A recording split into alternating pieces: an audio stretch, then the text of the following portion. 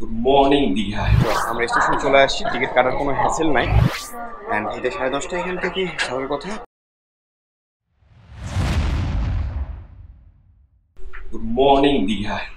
আসলে বিশ্বাস অনেক ভালো আছে, আমিও ভালো আছি, ভালো থাকার চেষ্টা করে যাচ্ছি। অলওয়েজ আপনাদের হেল্প রাখার চেষ্টা করে যাচ্ছি। আজকে আমরা দীঘা থেকে ব্যাক করবো। দীঘা থেকে আমরা গতকাল সকালে এসে পৌঁছেছিলাম ভোরবেলা, কালকে সারাদিন ঘুরছি। সো আজকে দীঘা থেকে ব্যাক করবো। আর এখানে প্রবলেম হচ্ছে হোটেল চেক আউট টাইম সকাল 9টায়। সো মোটামুটি রেডি, দেখতে পাচ্ছেন। আমরা একটু দেখেন, এই যে সো মোটামুটি রেডি। এখন আমরা চলে যাবো দীঘা স্টেশনে। আমাদের ট্রেনের টিকিট আগে থেকেই বুক করা আছে। সো চলেন বের হয়ে যাই। ঘুরতে সময় অলরেডি 9:12। আচ্ছা, মেঘবালিকাটা আমরা বাইরে থেকে একটু দেখাই।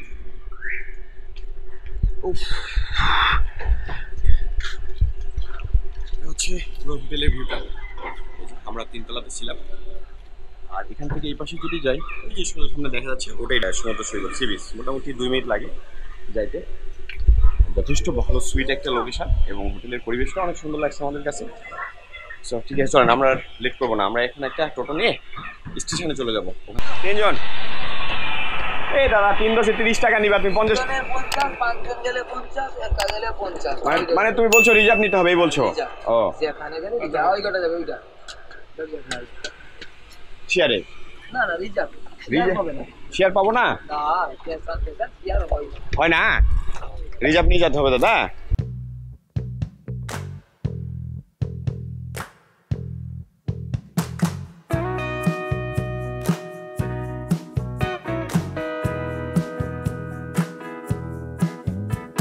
তো সকালের নাস্তার আইটেমে লুচি আর তরকা, খুব ফেমাস একটা আইটেম ইন্ডিয়ার।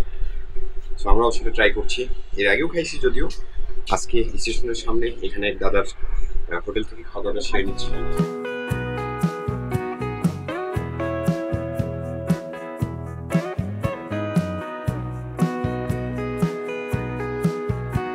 আমাদের স্টেশনের দূরত্ব মাত্র 5 মিনিটের একটা পথ। আর এটার ভাড়া 10 টাকা করে পড়ে শেয়ারে, বাট এখানে টোটো রিজার্ভ নিতে হবে, তার জন্য সুবিধা হচ্ছে।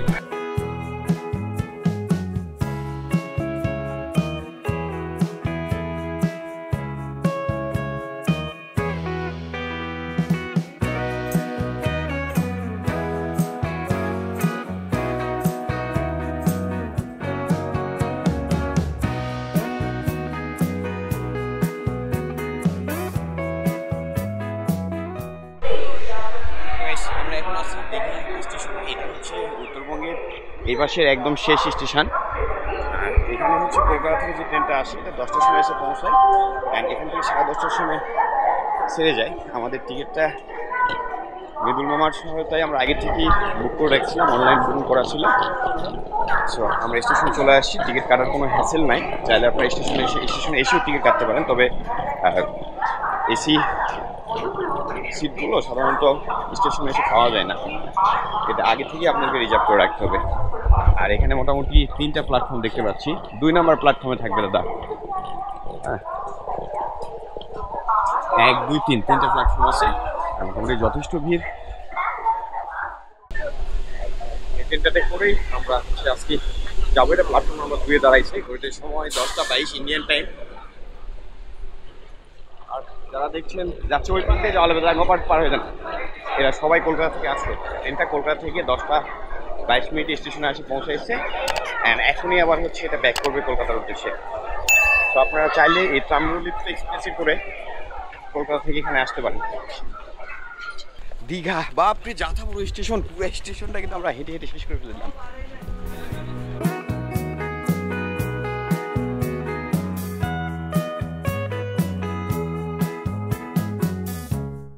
ফাইনালি 10:30 আমরা তাম্রলিপ্ত এক্সপ্রেসে এসিসি এয়ারপোর্টে উঠে পড়ছি। অ্যান্ড এটা 10:30 এখান থেকে ছাড়ার কথা, তবে কখন ছাড়বে আই ডোন্ট নো। আর এই যে আমাদের এসি চেয়ার কার্ডটা একটু দেখা আপনাকে।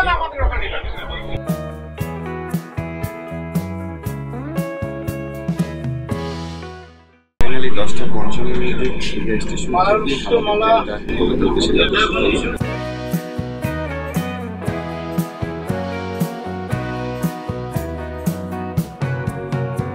তাম্রলিপি এক্সপ্রেসে আমাদের জনপ্রতি ভাড়া পড়েছিল 600 রুপি। অনেক শর্ট টাইমে টিকিটটা অ্যারেঞ্জ করার কারণে ভাড়াটা একটু বেশি পড়েছিল। তবে আপনারা যদি আগে থেকে টিকিটটা কেটে রাখেন তাহলে ভাড়াটা অনেক কম পড়বে। তবে আমাদের এই টিকিটের মধ্যে কিন্তু কোনো খাবার অন্তর্ভুক্ত ছিল না। সকাল 11টায় যাত্রা স্টার্ট করে দুপুর 3টায় এসে পৌঁছায় হাওড়া স্টেশনে।